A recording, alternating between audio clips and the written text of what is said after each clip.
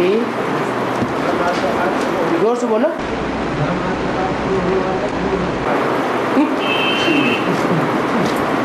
धर्मराज का पाठ शुरू होगा तो कान खड़े हो जाएंगे, खुद ही नहीं खड़े हो जाएंगे।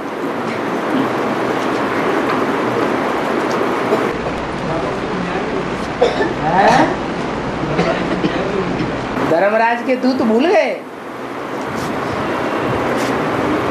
हैं? और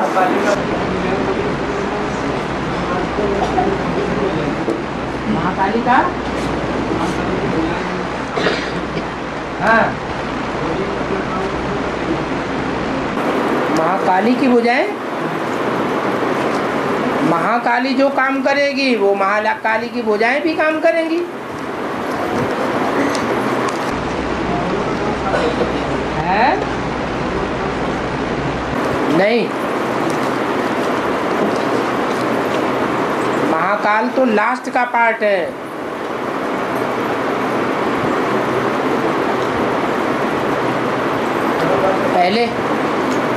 पहले देवियों की पूजा होती है,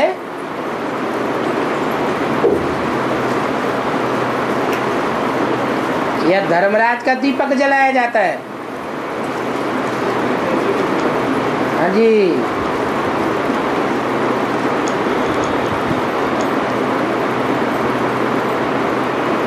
देवियों में लास्ट पार्ट है तमो प्रधान महाकाली का।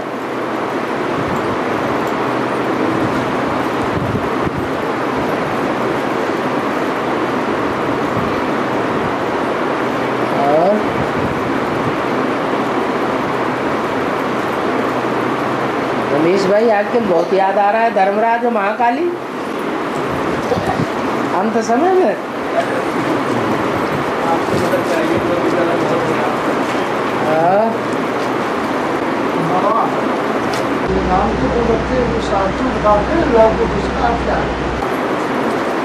लव माने लव, प्यार करने वाला, और कुछ माने कांटा लगाने वाला।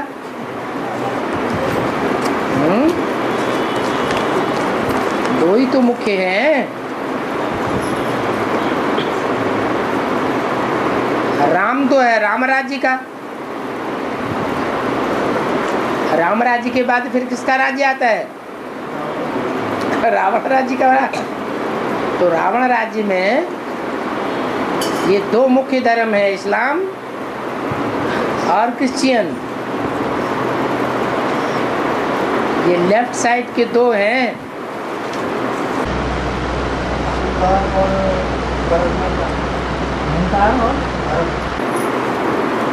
गर्व, गर्व सतो प्रधान चीज है। हमें इस बात का गर्व है, गर्व गौरव से बनता है और अहंकार देहभान से बनता है।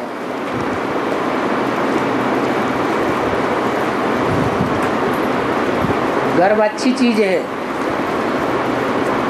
अहंकार खराब चीज है। और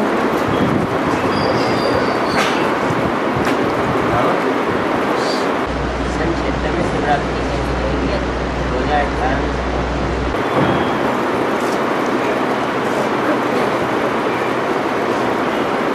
76 जो है वो शिवरात्रि की शुरुआत के हैं। और जब संपूर्ण प्रत्यक्षता हो जाए उस समय कहें संपूर्ण शिवरात्रि। अभी शिव पूरा प्रत्यक्ष हुआ है या अधूरा प्रत्यक्ष हुआ है?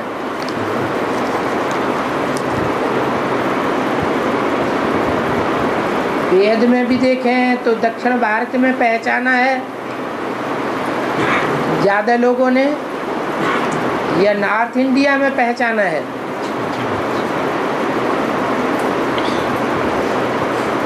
नॉर्थ इंडिया के विद्वान पंडित आचार्यों ने नहीं जाना। अभी भी कुंभकर्ण की नींद में सोए हुए पड़े हैं।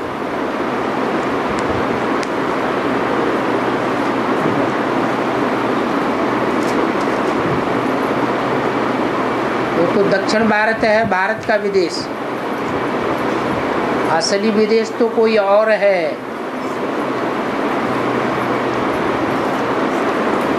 वहां भी प्रत्यक्षता की आवाज जाएगी।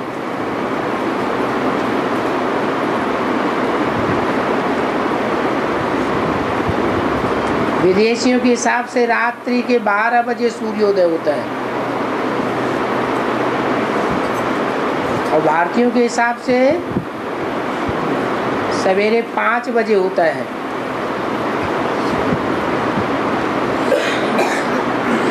विदेशी पहचान करके भी सो जाते हैं।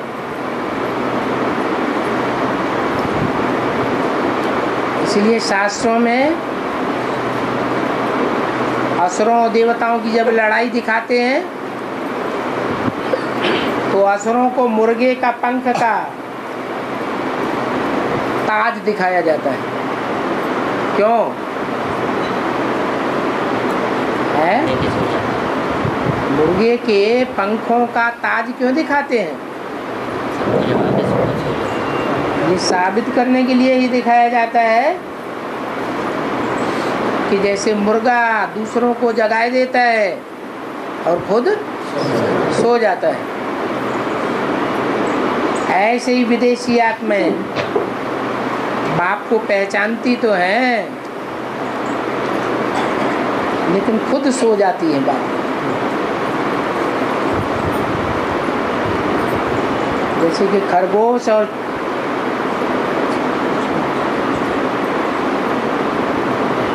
की टॉर्टाइज क्या कहते हैं, कछुआ की दौड़ की कहानी दिखाई जाती है। दौड़ में शक्तिशाली कौन है? खरगोश बहुत शक्तिशाली है। उन विदेशियों के मुकाबले भारतवासी तो बहुत तमो प्रधान बन गए, परंतु भावना के आधार पर वो जीत जाते हैं, जाग जाते हैं और विदेशी सो जाते हैं। तो भारत में शिवरात्रि मनाई जाती है या विदेश में मनाई जाती है? क्यों? क्योंकि असली जागरण तो भारतवासी मनाते हैं। उनका जागरण तो फेल हो जाता है, सो जाते हैं ऐन मौके पर।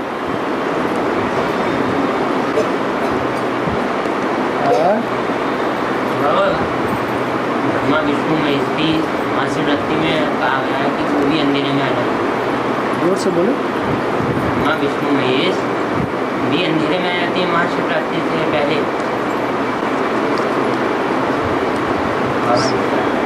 सन 76 में ब्रह्मा को अंधेरे में कहें, विष्णु को अंधेरे में कहें, शंकर को अंधेरे में कहें या तीनों को अंधेरे में कहें,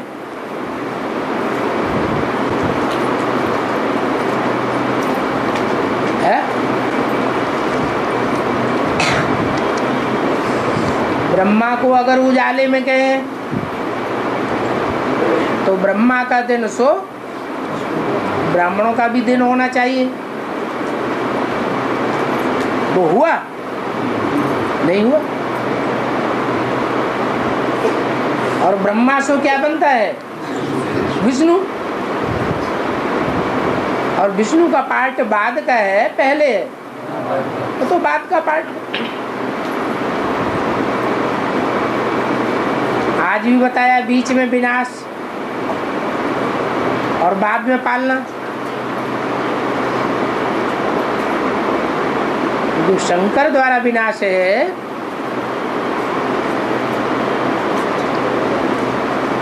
वो विनाश का कार्य किसका है? और धर्म पिताएं तो विनाश करते नहीं।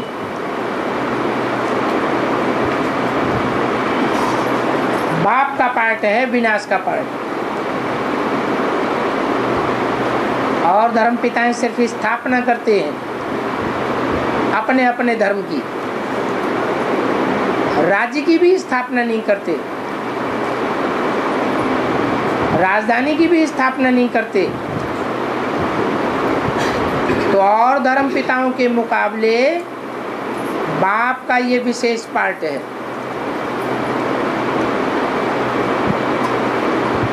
और धर्मों का खंडन करना, राज्यों का खंडन करना और एक धर्म एक राज्य की स्थापना करना। ये बाप का पार्ट कौन सी मूर्ति के द्वारा है? शंकर मूर्ति के द्वारा बाप का पार्ट प्रत्यक्ष होता है। एक शंकर ही देवता है जिसका नाम शिव के साथ जोड़ा जाता है।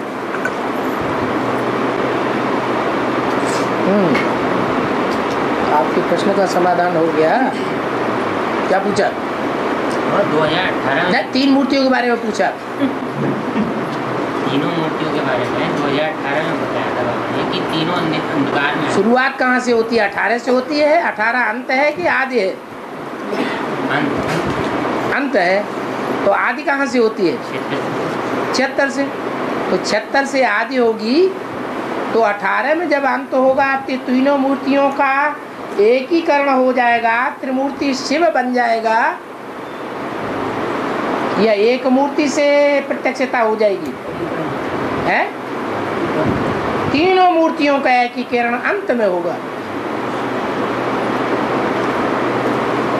76 में एकीकरण नहीं कहा जा सकता। बाप का प्रत्यक्षता वर्ष तो है, लेकिन वो प्रत्यक्षता वर्ष की शुरुआत है। बाप के बच्चे भी नंबरवार पहचान पाते हैं।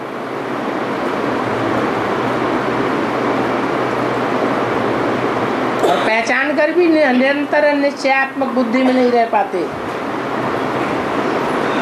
आज निश्चय बुद्धि होते हैं, कल अनिश्चय बुद्धि हो जाते हैं।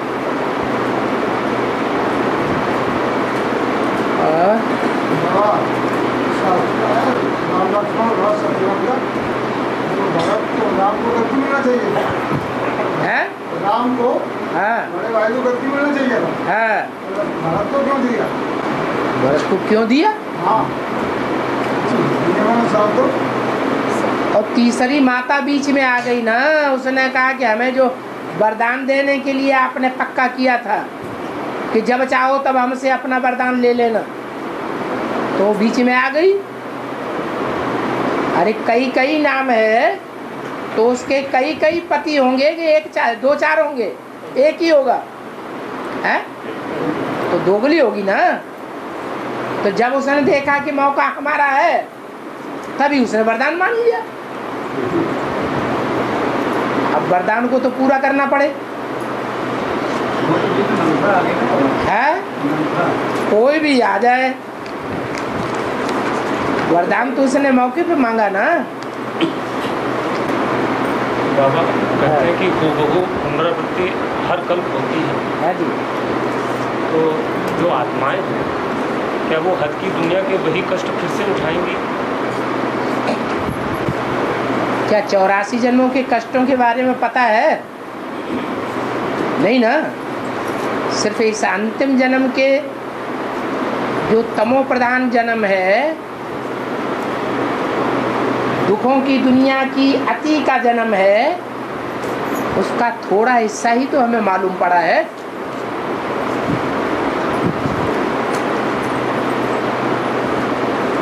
अभी आने वाले स्वर्णिम संगम युग में जो 84 जन्मों की हम शूटिंग करेंगे, उसका तो अभी हमें नहीं पता है।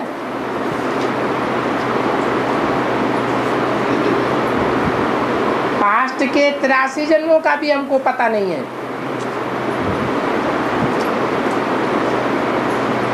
तो दुखी होने की क्या बात है?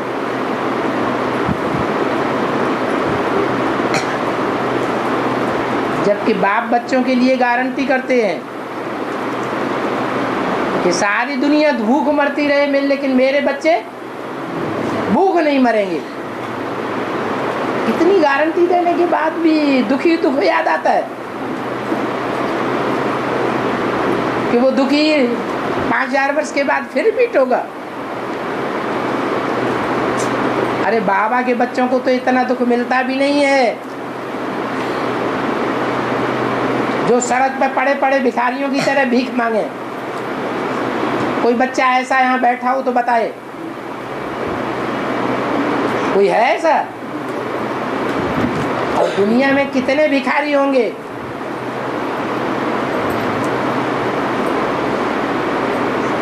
क्राइस्ट जैसी श्रेष्ठ आत्मा, उसके लिए भी मुरली में बोला भिखारी के रूप में इधर उधर मारी मारी फिर रही।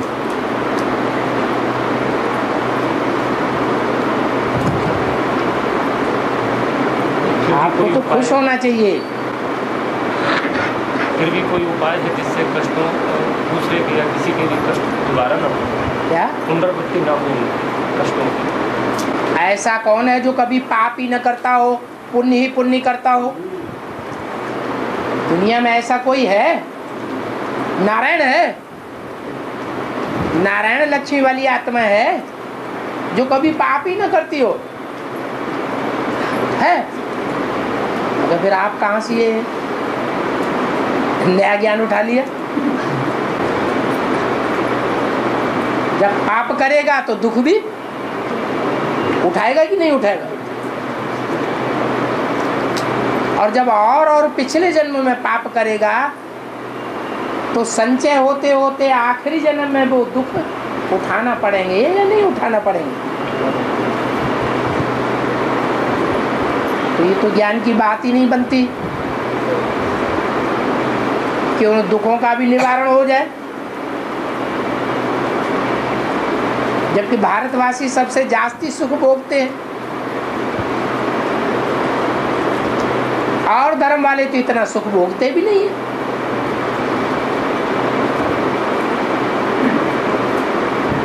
और लास्ट जन्म में हमें सबसे बड़ी उपलब्धि होती है कि बाप छत्र छाया माफिक हमारे ऊपर रहता है।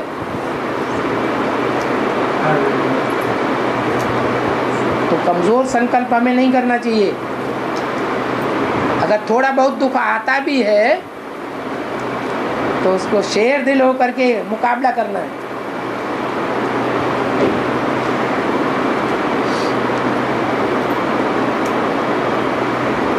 रोना सूर्यवंशी बच्चों का काम नहीं है।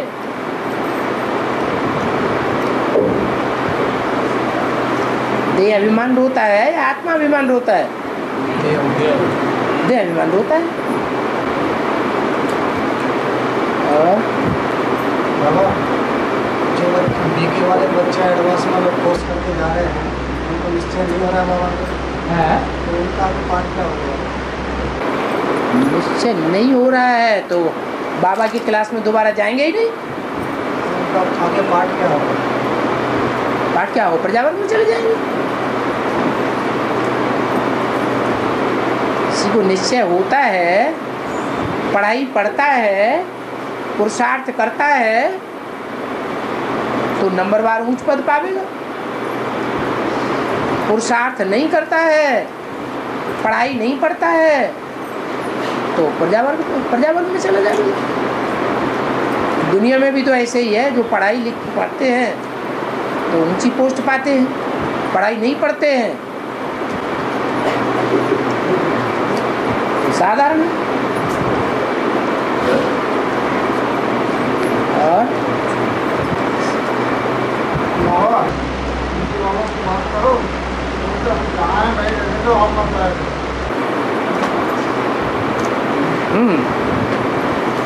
ठीक है, तो वहाँ जाने की क्या जरूरत है? यहाँ से बैठे ही बैठे उन्हें खींच के रख दो। जाएंगे कहाँ? उन्हें कहो हट्टी तो एक ही है। कहते हैं जब हमारा पाठ आएगा तो अंत में आ जाएगा। तुम्हारा पाठ अंत में आएगा तो अंत में ही पद पाओगे।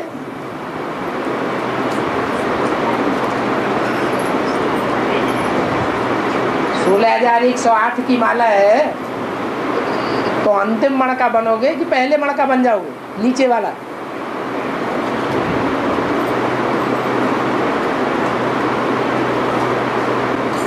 बात करने से हाथ जोड़ने लगते हो ना, है बात करते ना तो हाथ जोड़ने लगते। हाँ तो एडवांस वाले बाहर जाओ। बाहर जाओ। हाँ, उनके सामने भी आते ना, हाँ वो जो यहाँ से जाओ। तो आपके अंदर गर्व आना चाहिए ना कि देखो हमारी अच्छी शूटिंग हो रही है, हमने इन्हें अपने राज्य से बाहर निकाल दिया था और इन्होंने अपने घर के चार दीवारी से हमको बाहर निकाल दिया, हिसाब किताब पूरा हो गया। तो ज्यादा फायदे में कौन रहा है? हम ही रहे। आप ही का फायदे में रहे। और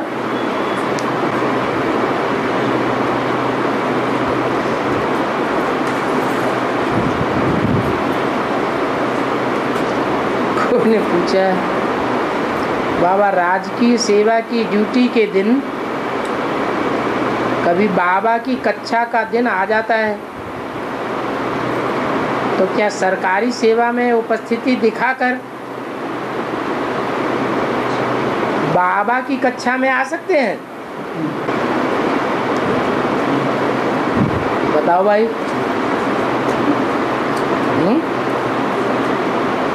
आ सकते हैं कि नहीं आ सकते हैं? माने हमको घाटा कुछ न हो, हद लगे न फटकरी रंचो को आवे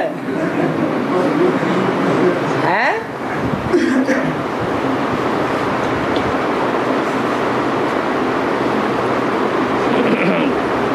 यहाँ संगम युग में एक एक चलन का संस्कार पड़ता है, चाहे लौकिक हो और चाहे अलौकिक हो।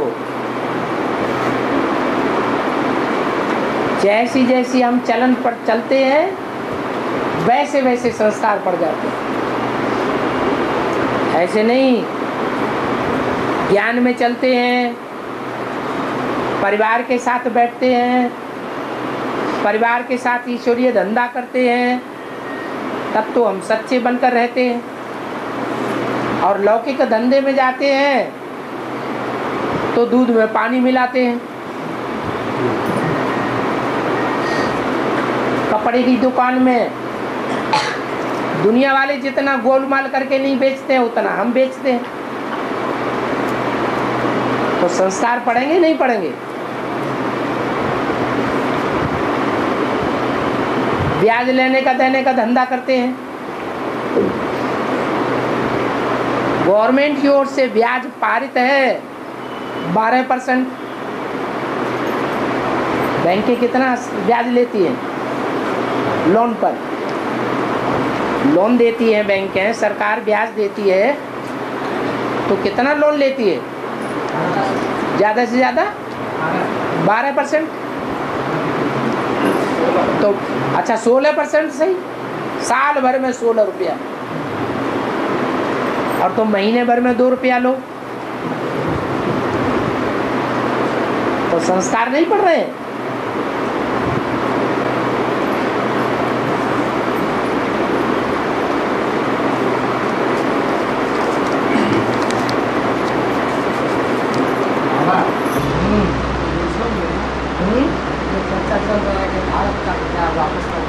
भारत का हीरा जो विद्वान है हाँ वो वापस दे दिया। हाँ, यहाँ तो हो रहा है। यहाँ कोई कोहनूर हीरा नहीं है, कोहनूर हीरा, ऐसा कोई हीरा नहीं है जो विदेशों के अंडर में है, ब्राह्मणों की दुनिया में है। कौन सा हीरा है? विजयमाला की जो हेड है वो है कोहनूर हीरा।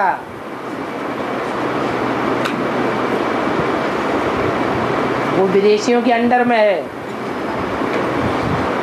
वो विदेशियों की अंदर ये संकल्प आ रहा है बीच बीच में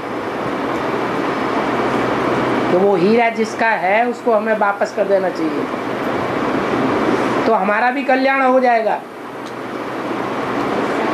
नहीं तो हम नीचे गिरते जाते हैं, हमारी अवस्था भी नीचे गिरती जाती है, और भारत लगातार ऊंचा उठता जाता है।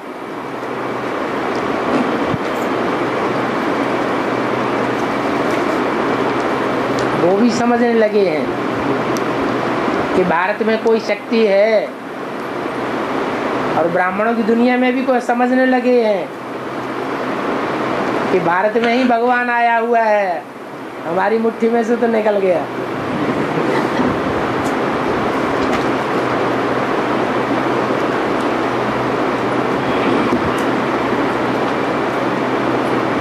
कर्मातीत अवस्था का क्या अर्थ है? कर्म से अतीत,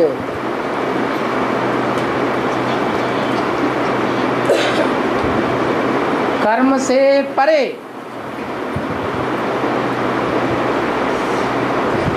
बल कर्म इंद्रियों से कर्म भी करें, परंतु कर्मेंद्रियों से किए हुए कर्म का पुण्य और पाप हमको न लगे।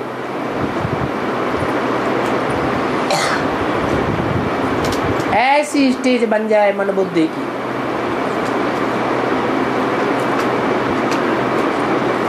उसको कहते हैं कर्मातीत अवस्था।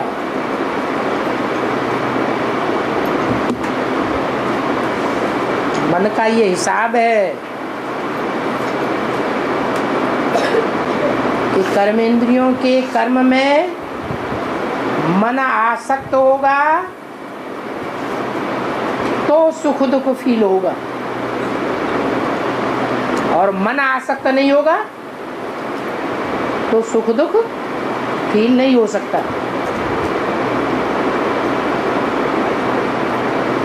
जैसे कोई गहरे विचार में कारखाने जा रहा है या महबूबा के प्यार में जा रहा है और उसकी आंखें खुली हुई हैं, आंखों के सामने ढेर लोग निकल गए, बाद में उससे पूछा जाए आपके रास्ते में आपने जाते हुए किसको किसको देखा, वो कहे हमने किसी को नहीं देखा। उससे क्या साबित हुआ? आंखें खुली हुई थी या नहीं थी? फिर आंखों ने क्यों नहीं देखा अपना लक्ष्य? क्या कारण हुआ?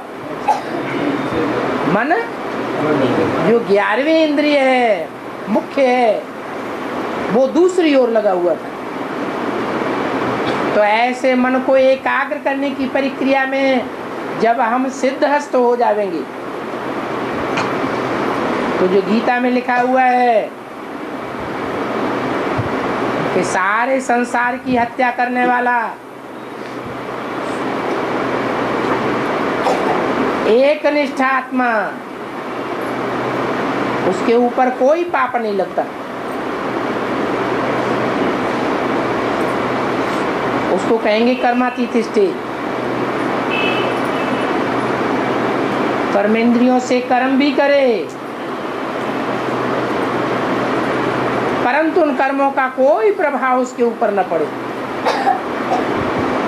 जो संस्कार बन जाए।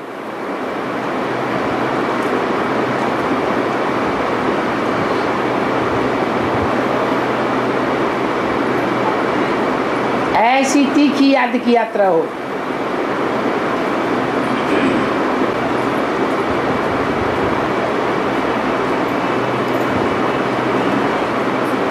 शरीर जड़ है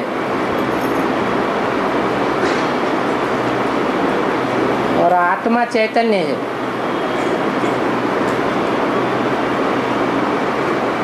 लेकिन आत्मा निकलने के बावजूद भी 24 घंटे तक आंखें क्यों काम आती हैं?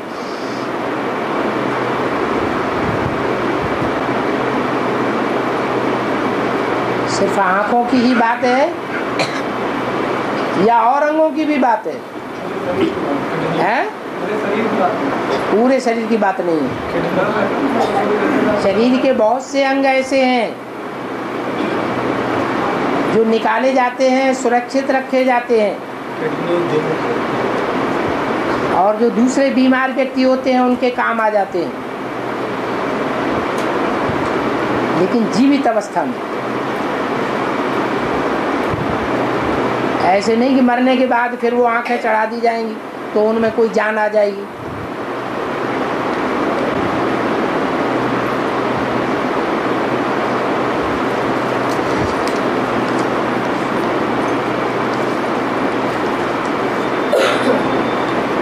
4.5 लाख आत्माएं काशीवासी कब बनेंगी?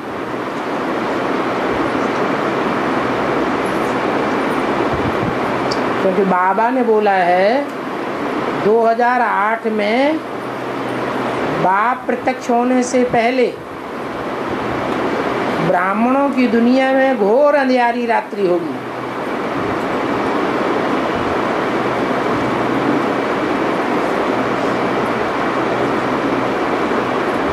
फिर विजयमाला आने के बाद सब काशीवासी बनेंगे।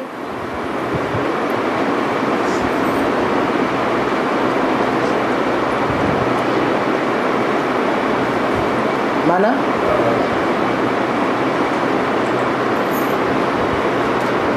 काशी कभी लोप भी हो जाती है क्या दुनिया से? है?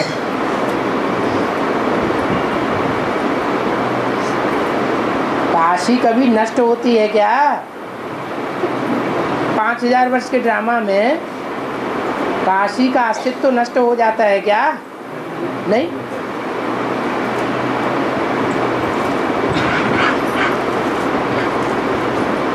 सारी दुनिया पाताल के गर्त में जाती है, काशी फिर भी छिटक जाती है। तो ऐसे नहीं कि ब्राह्मणों की दुनिया में घोर अंधियारी रात्रि होगी, फिर विजयमाला आने के बाद काशीवासी बनेंगे। क्या अभी काशीवासी नहीं है?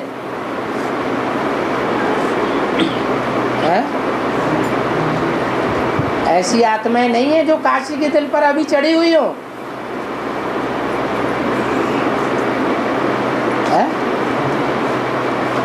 जब अष्टदेव है और अष्टदेव सब पूर्वज की स्टेज में है, तो जो पूर्वजों की स्टेज में रहने वाली अष्टदेव हैं उनका कोई ग्रुप भी तो होगा।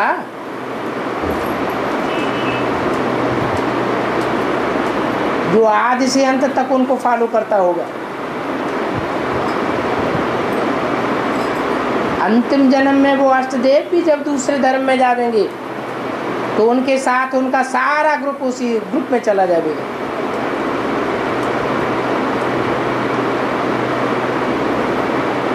तो नष्ट होने की तो बात ही नहीं है।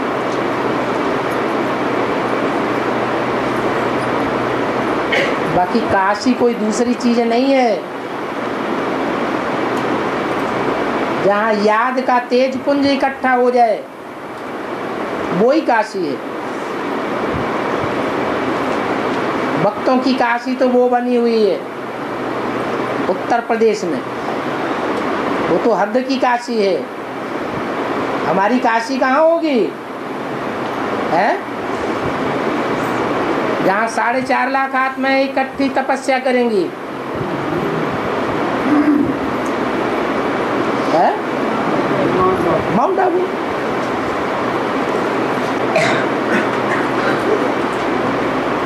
जो ज्ञान में चलते चलते किसी और को बाप बना लेते हैं वो 84 जन्म नहीं लेंगे।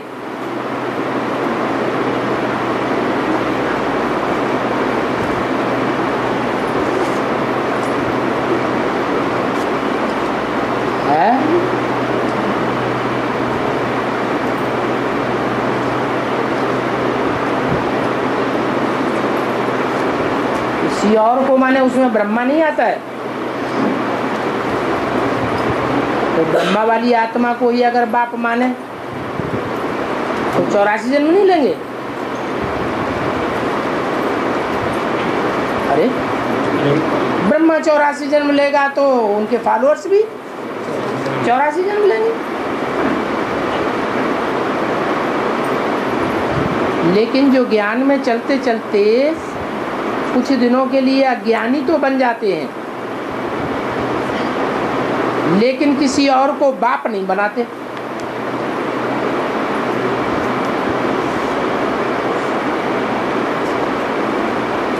जब अज्ञानी बनते हैं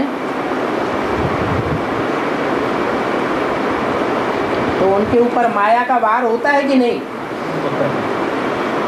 और माया का वार की स्त्री या पुरुष के रूप में होता है या हवा के रूप में होता है?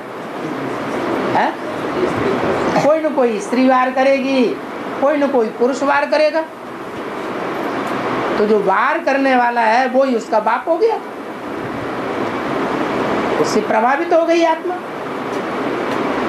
जिससे प्रभावित हो गई उसी की प्रजा बन गई। प्रजा को बच्चा कहा जाता है और प्रभावित करने वाले को बाप कहा जाता है।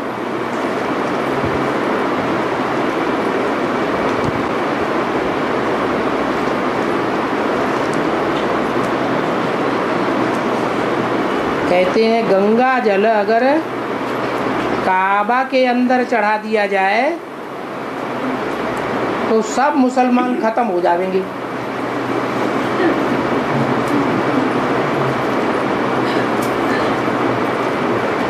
इस बात की बहुत निगरानी भी रखी जाती है। इसका बेहद का अर्थ क्या है? अरे ब्राह्मणों की दुनिया में काबा कहाँ है? वो बड़ी थी बड़ी मिस जिद्द कहाँ है जो अपनी जिद्द पे अड़ गई कि ना हम भगवान को पहचानेंगे न दूसरों को पहचानने देंगे? कहाँ है वो जिद, मिस जिद? है माउंट आबू। माउंट आबू में बहुत ध्यान रखा जाता है। कोई एडवांस पार्टी के लोग ना आ जाए यहाँ आकर के यहाँ जल चढ़ा दे।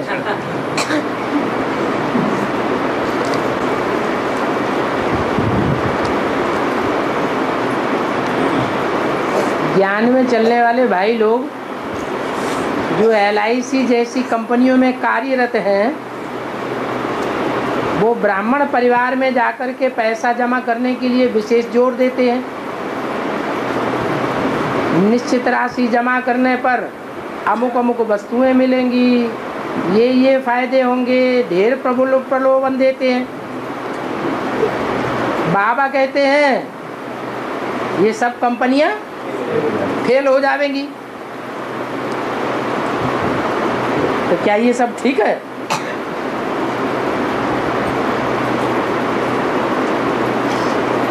कौन ठीक कहेगा? है? ठीक तो नहीं है, लेकिन ज्ञान में आने से पहले ही किसी का धंधा चल रहा है।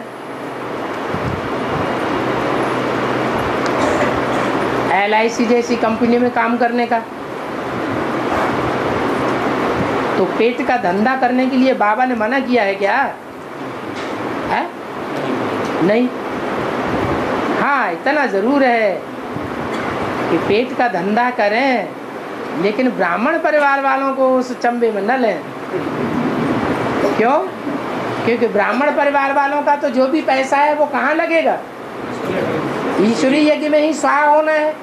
और हम उस पैसे को लाखों करोड़ों लेकर के इकट्ठा करके कंपनियों के मुंह में झोंक देंगे, वो कंपनियां तो सब नष्ट हो जाएंगी, पैसा किसी को मिलेगा नहीं, तो बेड़ी डूब जाएगी। तो डूबती हुई बेड़ी से निकालना चाहिए या उसमें झोंकना चाहिए? निकालना अच्छा है। बताना है कि जिन्होंने डाल दिया है पैसा, तो जितना जो कुछ हो तो निकाल लो तो अच्छा है। निकालने में फ़ायदा है, डालने में फ़ायदा नहीं है। 2001 में गुजरात में बड़ा भारी भूकंप आया था। भुज में उसका ज़्यादा प्रभाव हुआ। सारी कंपनियां रातों रात उड़ गई, किसी को एक पैसा नहीं मिला। अभी फिर मुरली में बाबा बार बार बोलते हैं प्रकृति का अचानक वार होगा।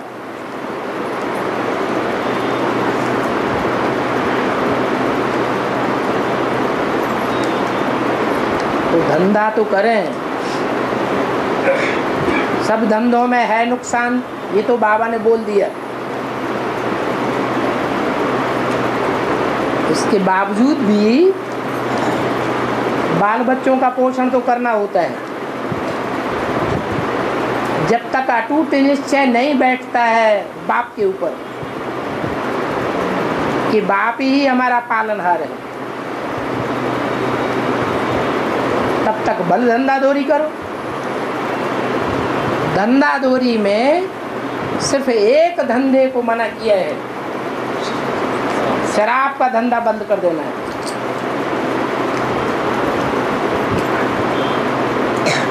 वो धंधा सब विकारों को खींचने वाला है।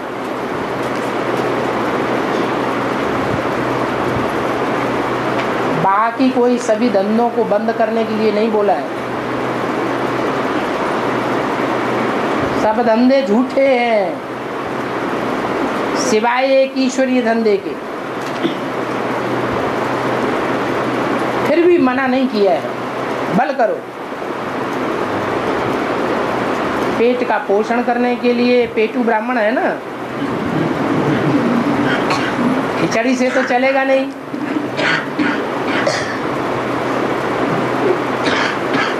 तो जब तक नहीं चलेगा तब तक बल धंधा करो।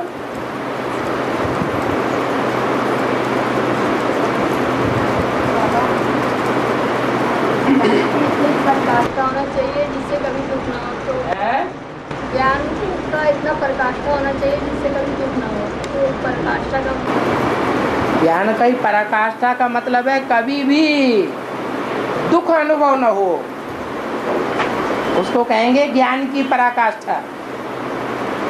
कोई भी बात आती है, कोई भी परिस्थिति आती है, कोई भी समस्या आती है, ज्ञान का पॉइंट ऐसा याद आ जाए जिससे वो दुख भी सुख में कन्वर्ट हो जाए।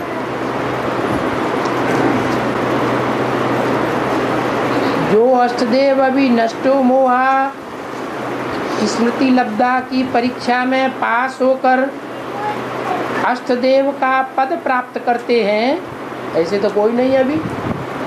अभी फाइनल पेपर हो गया क्या? नष्टो मोहा स्मृति लब्धा का फाइनल पेपर हो गया? हुआ? नहीं हुआ। हाँ, छोटे मोटे पेपर्स पास करते हैं, वो उनके प्रैक्टिकल जीवन में देखने में आएगा कि छोटे मोटे पेपर्स को पास करते चले जाते हैं, वो ही अष्टदेव की लिस्ट में पहुंच पाते हैं। उन्हीं का नाम डिक्लेयर होगा, दूसरों का नाम डिक्लेयर नहीं होगा।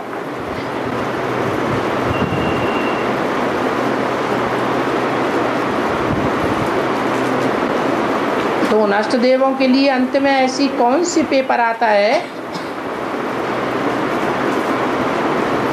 जो वो थोड़े थोड़े समय के लिए अनिश्चय बुद्धि हो जाएंगे?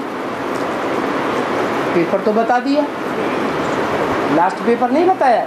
सबका एक ही पेपर है, एक ही सेकंड में होगा। क्या है?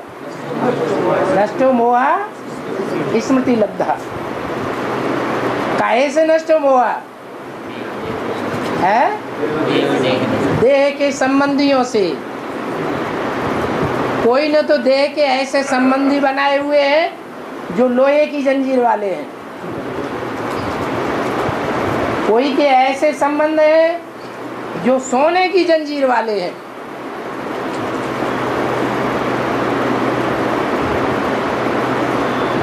ज्ञान में चल रहे हैं, सरेंडर होकर के चल रहे हैं, और आपस में एक दूसरे से लगाव लगा पड़ा है।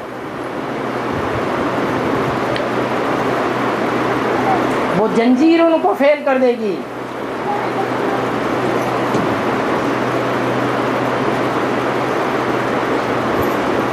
पूरा पास नहीं होने देगी।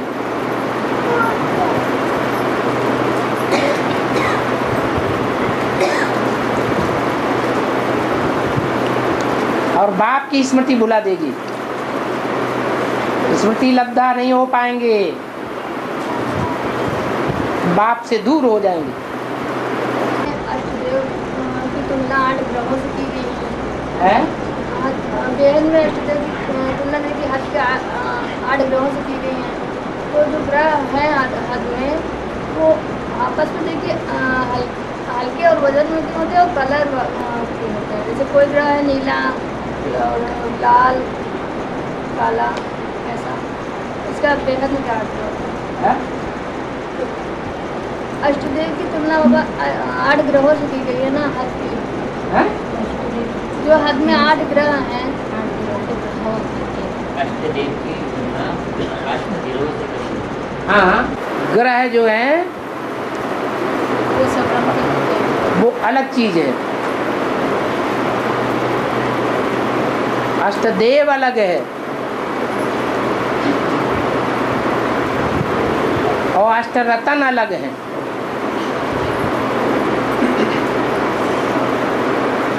एक टाइम ऐसा आता है तीनों मिलकर के एक भी हो जाते हैं थोड़े समय के लिए।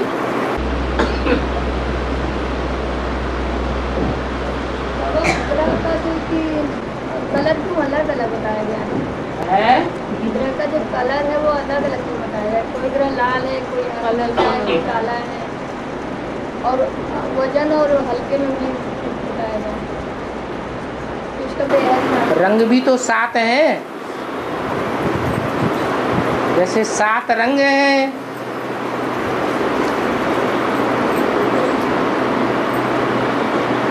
काला कोई रंग अलग से होता नहीं है, सब रंगों को मिला दो तो काला हो जाएगा।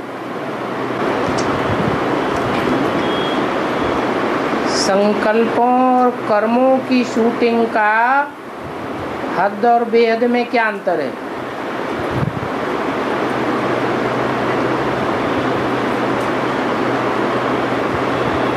सिर्फ संकल्प मात्र करने से पाप और पुण्य नहीं बनता है। हाँ, जिनका मन एकाग्र हो जाता है,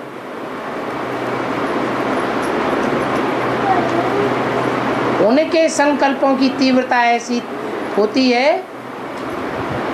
कि वो संकल्प मात्र से ही कोई से कर्म करा सकते हैं। ऐसे पुरुषार्थी अभी तक हुए नहीं है कोई।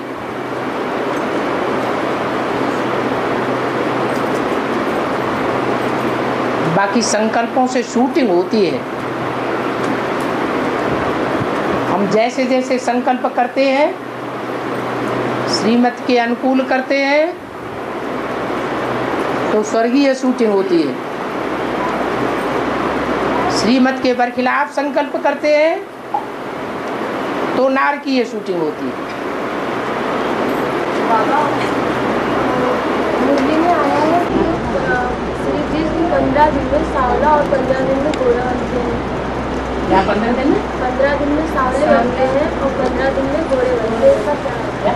श्री कृष्ण 15 दिन में गोरे होते हैं। कौन 15 दिन में गोरे होते हैं? श्री कृष्ण। श्री कृष्ण 15 दिन में गोरे होते हैं? 15 दिन में काले सांवले। वो तो पखवाड़ा बताया ना, महीने का पूरा पक्ष बताया। क्या? जैसे कहते हैं ब्रह्मा का दिन और ब्रह्मा की रात। जब ब्रह्मा बढ़ता है, जब चंद्रमा बढ़ता है तो कृष्ण पक्ष कहा जाता है, वो शुक्ल पक्ष कहा जाता है। और जब चंद्रमा घटता है तो कृष्ण पक्ष कहा जाता है।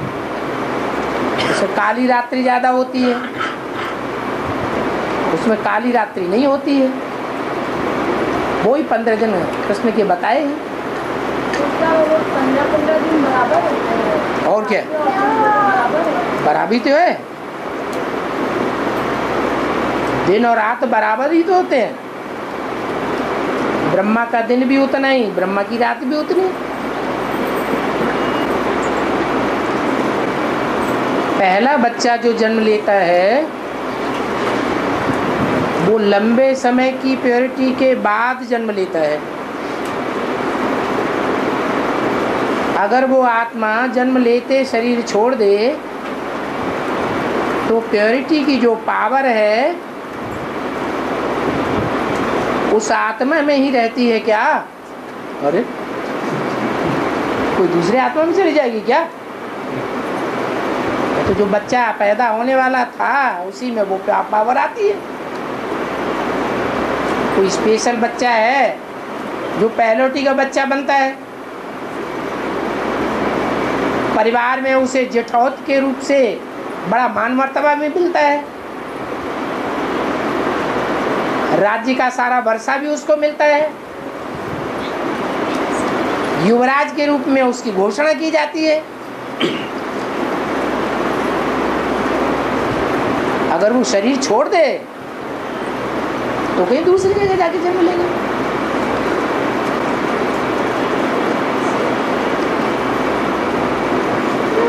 शास्त्रों में दिखाया है कि मछली के कांटे पर लंका बसी है।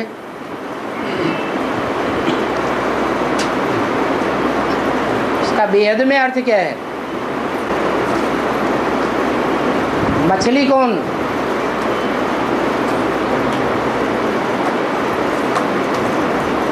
मत्स्यावतार का नाम सुना?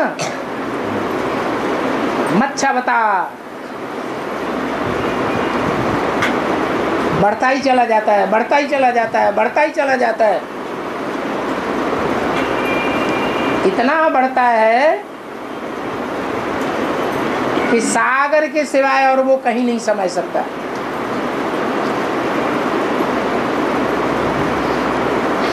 दुनिया की कोई बड़े से बड़ी नदी या तालाब नहीं है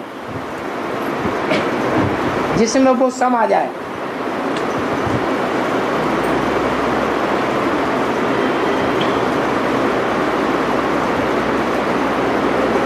ऐसी मछली, और मछली का कांटा माने उसकी हड्डी। मछली का कांटा क्या होता है? उसकी हड्डी। उसके हड्डी पुरुषार्थ के ऊपर वो लंका बसाई जाती है। मछली में से बदबू आती है या खुशबू आती है?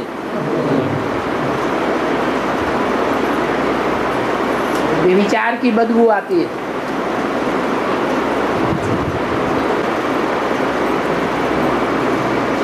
रावण के जो 10 सिर हैं, उन 10 सिरों को चलाने वाला कौन है?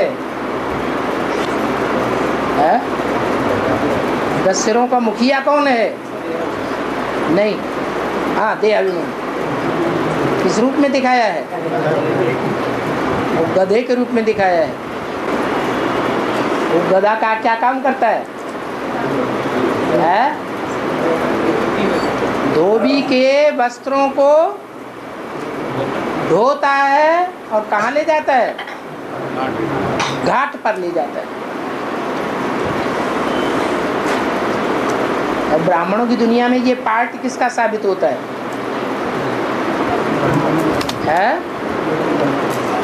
बाप तो धोबी है। उस धोबी ने 300-400 वस्त्रों का वजन डाल दिया गधे के ऊपर, जिन्हें ढो करके वो कहाँ तक पहुँचता है? घाट तक पहुँचता है, जहाँ धोबी उन कपड़ों को साफ करता है।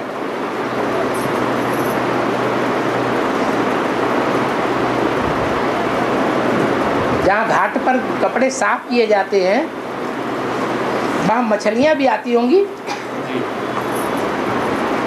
नदियों में कौन सी नदी ऐसी है जिसके घाट बहुत प्रसिद्ध है?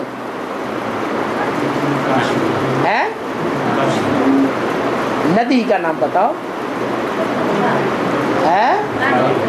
गंगा नदी।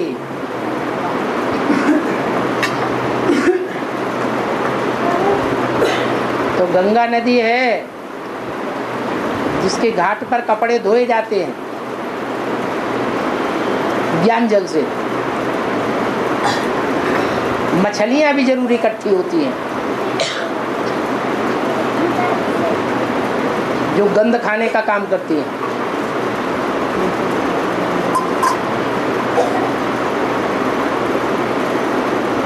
उनका जो कांटा है, उन मछलियों में कोई मुखिया भी होगी, है? जरूर कोई मुखिया मछलियाँ भी है जिसका कांटा बहुत मजबूत है। उस कांटे पर वो लंका खड़ी हुई है।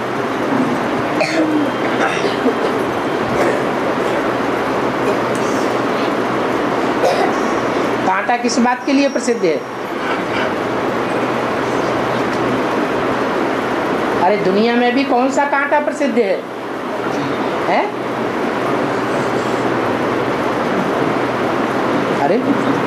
अरे बाजार में गए नहीं कभी? तौल नहीं देखी कभी? धर्म कांटा है, चेहरे को दिखाई पड़ता है वही। तो धर्म और अधर्म को अलग अलग करके दिखाने वाला वो कांटा है।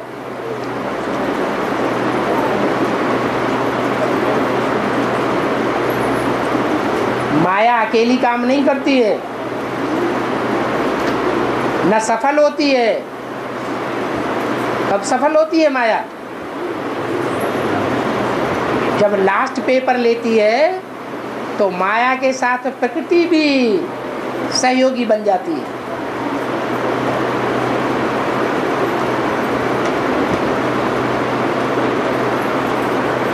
वो प्रकृति कहते हैं कुदरत को। सबसे बड़ा धर्म कांटा है। दूध का दूध पानी का और पानी का पानी कर देती है। प्रकृति का पार्ट किसका है? प्रकृति दोनों हाथों में झाड़ू लेकर के खड़ी हुई है। अच्छा, झाड़ू में ढेर की ढेर सींकें हैं। कोई लंबी सींकें हैं, कोई छोटी सींकें हैं, कोई छोटी भुजाएं हैं, कोई लंबी भुजाएं हैं। सारी नालियों का, सारे गटरों का कचरा साफ कर देंगी।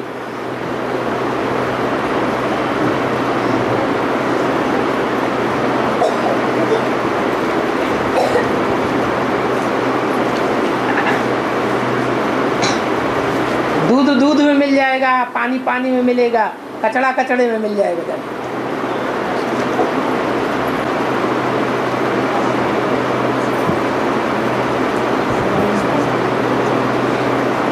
बाबा, आपने मुरली में कहा है कि माया मोह का त्याग करेंगे तभी परमात्मा के दर्शन होंगे, परंतु आप माया को माता भी कहते हैं।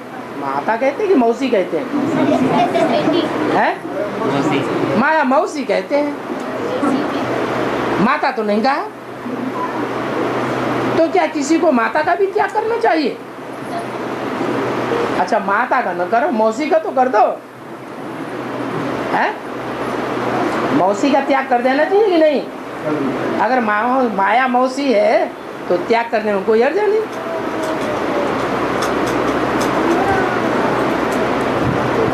बाबा जी, मुरली में सुना कि परमपिता शिव एक,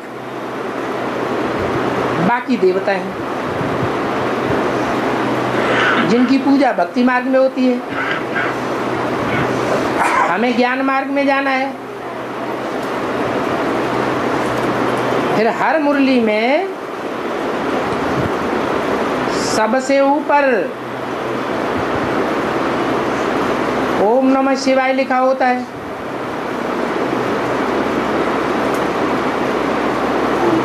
जबकि भट्टी के दौरान बताया गया है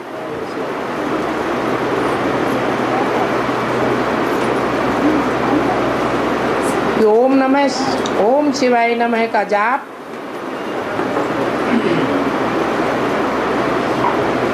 करें, न कि ओम नमः शिवाय बताएं, न कि ओम नमः शिवाय बताएं क्या करना चाहिए।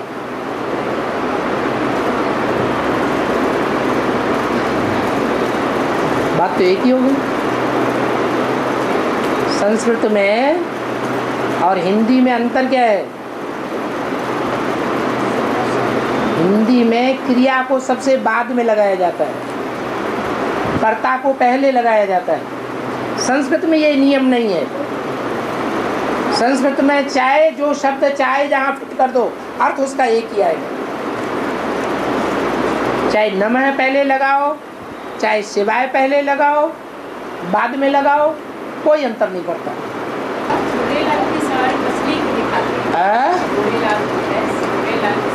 साई की झूलेलाल झूलेलाल। अरे भक्ति मार्ग में तो जाने कितने देवता है। अगर ब्राह्मणों की दुनिया घोर अंधियारी रात्रि में चली जाएगी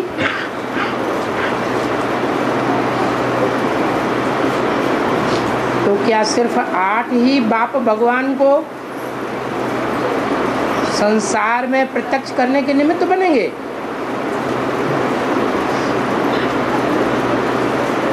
और कोई को ये सौभाग्य प्राप्त नहीं होगा? बताओ। नई दुनिया रूपी सवेरे की शुरुआत एक परिवार से होगी या अनेकों परिवार से होगी? पारिवारिक इकाई एक होगी नई दुनिया की शुरुआत करने वाली, या अनेक परिवार होंगे? एक ही परिवार होगा। उस एक परिवार में एक ही वंश के लोग होंगे और वो 8 होंगे सूर्यवंशी।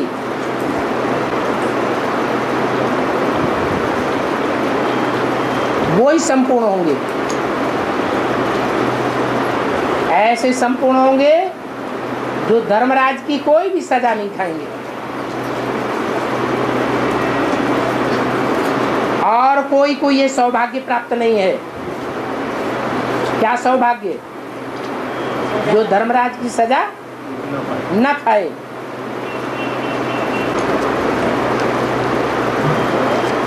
लंबे लंबे पत्थर बना दिए है। सनातन सनातन सनत कुमार है। सनातन देवी देवता जो है और सनंदन सनत कुमार कौन से है? ऐसे नहीं है। ब्रह्मा के जो 4 पुत्र हैं, उन चारों पुत्रों में नियम है। बड़े में ज्यादा ताकत होती है या छोटे में ज्यादा ताकत होती है? बड़े में ताकत ज्यादा होती है। दुनिया जो असुरों और देवताओं की बनी है, उस दुनिया में असुरों की उम्र बड़ी दिखाई गई है। असुर पहले पैदा हुए या देवता पहले पैदा हुए? असुर पहले पैदा हुए। द्वितीय से दैत्यों की पैदाइश पहले हुई। तो ऐसे ही जो 4 कुमार हैं ब्रह्मा के, उनमें जो 2 बड़े हैं पहले नंबर के गिने जाते हैं, वो आसुरी संप्रदाय से हैं। और 2 जो छोटे हैं वो बौद्धि और देवता धर्म के बीज हैं। उनमें जो लास्ट है सनत कुमार, वो ज्ञान में सबसे तीखा चला गया। जो ज्ञानी ज्यादा होता है, बाप की पहचान जिसको ज्यादा होती है, वो बाप की याद में भी ज्यादा तीखा जाता है। इसलिए सनत कुमार को योगीश्वर की उपाधि दी गई है।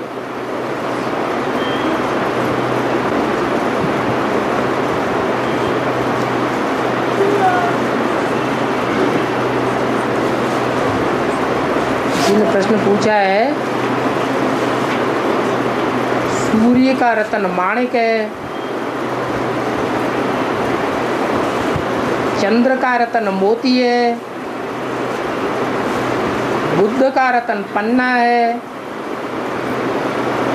गुरु का रतन पुखराज है,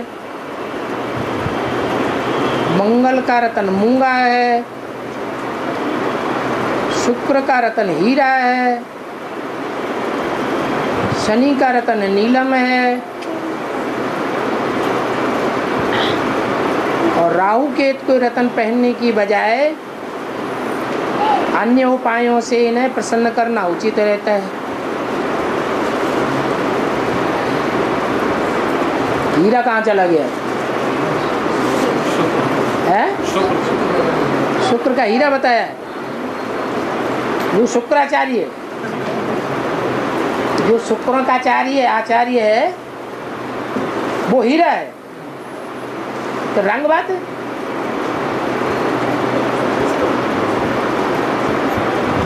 ये ज्योतिषियों की मतांतर हैं।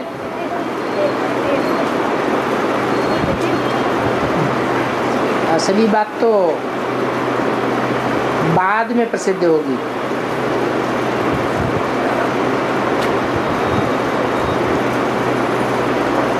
क्या 12 ज्योतिर्लिंगम और 12 राशियों का आपस में कोई संबंध है?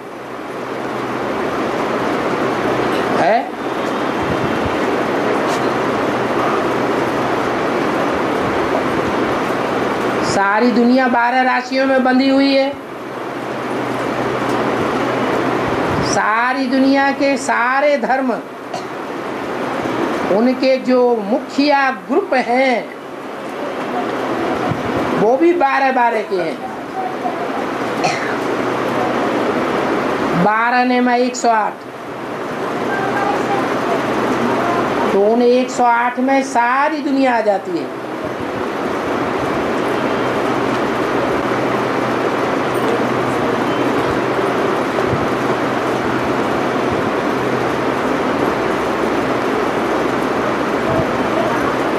उत्तम खेती,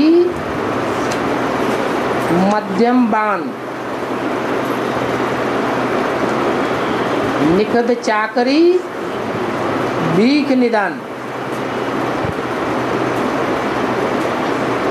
ये कहावत क्या अभी चरितार्थ होती है? हाँ, होती है। हमारी खेती कौन सी है? ज्ञान का बीज, ज्ञान रत्नों के बीज बोते रहे मनुष्यों की धरणी में। ये सबसे उत्तम धंधा है।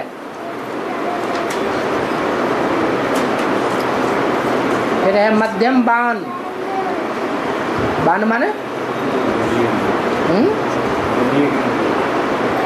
बान कहते हैं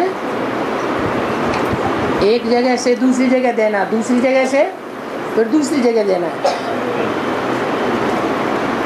इसको कहते हैं व्यापार।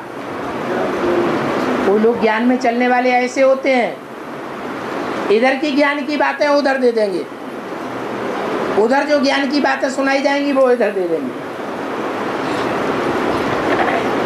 ऐसे हैं या नहीं है? ऐसे हैं। बेसिक ज्ञान में जो सुनाया जाएगा वो एडवांस वालों को सुनाते रहेंगे। विष्णु पार्टियों वाले जो कुछ सुनाएंगे वो बेसिक वालों को सुनाएंगे, एडवांस पार्टी वालों को सुनाएंगे। एडवांस में जो सुनाया जाएगा वो इधर उधर दूसरी तरफ सुनाते रहेंगे। बीच में उनका बुद्धि रूपी पेट भरता रहता है।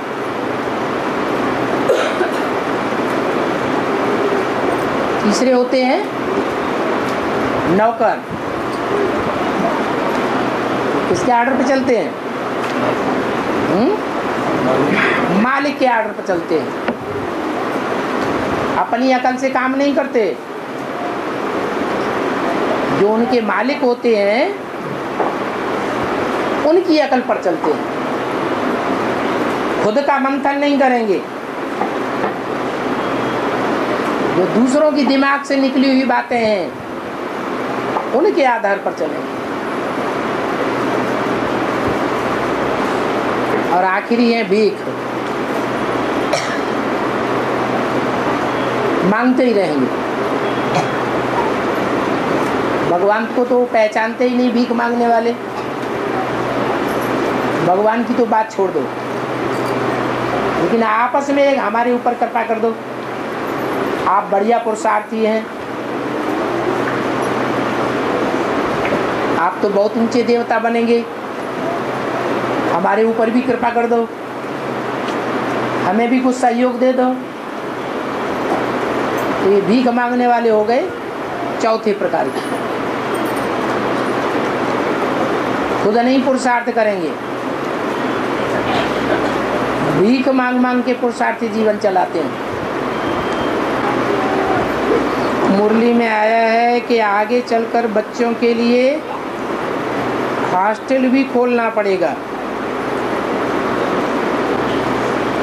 तो इसका बेहद अर्थ क्या है, और हद में भी लागू होगा क्या? तो बेसिक ब्राह्मणों में तो हॉस्टल ऐसे ढेर सारे खुले हुए, खुले हैं कि नहीं? खुले हैं, लेकिन वो कन्याओं के लिए खुले हैं, छोटे छोटे बच्चों के लिए नहीं खुले हैं। लेकिन ऐसा भी टाइम आएगा कि बच्चों के अलग और बच्चियों के अलग हॉस्टल खोले जाएंगे और उनमें बेहद की पढ़ाई होगी।